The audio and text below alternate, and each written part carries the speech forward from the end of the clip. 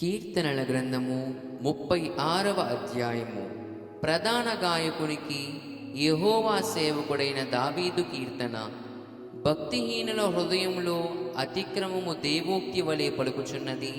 వాని దృష్టి ఎదుట దేవుని భయము బొత్తిగా లేదు. వాని దోషము బయలుపడి అసహ్యముగా కనబడు వరకు అది వాని దృష్టి ఎదుట వాని ముఖస్తుతి చేయుచున్నది.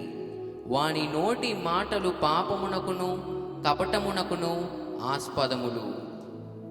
బుద్ధి కలిగి ప్రవర్తింపను మేలు చేయను వాడు మానివేసి ఉన్నాడు. వాడు మంచము మీదనే పాపయోచనను యోచించును. వాడు కాని నడతలు నడుచువాడు, చెడుతనము వానికి అసహ్యము కాదు. యెహోవా, నీ కృప ఆకాశమునంటుచున్నది, నీ సత్య సందత్వము అంతరిక్షమునంటుచున్నది.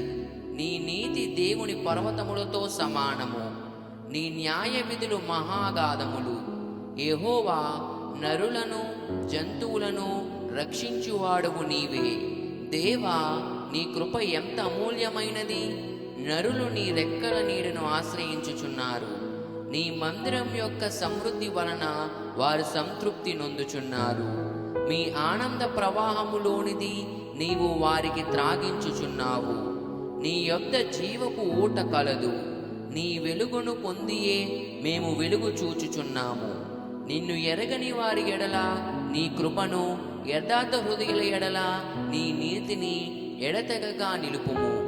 గర్విష్ఠుల పాదమును నా మీదికి రానియకుము. భక్తిహీనుల చేతిని నన్ను పారదోలనీయకుము. అదిగో, పాపము చేయువారు అక్కడ పడి ఉన్నారు, లేవలేకుండా వారు పడద్రోయబడి ఉన్నారు. ఆమేన్.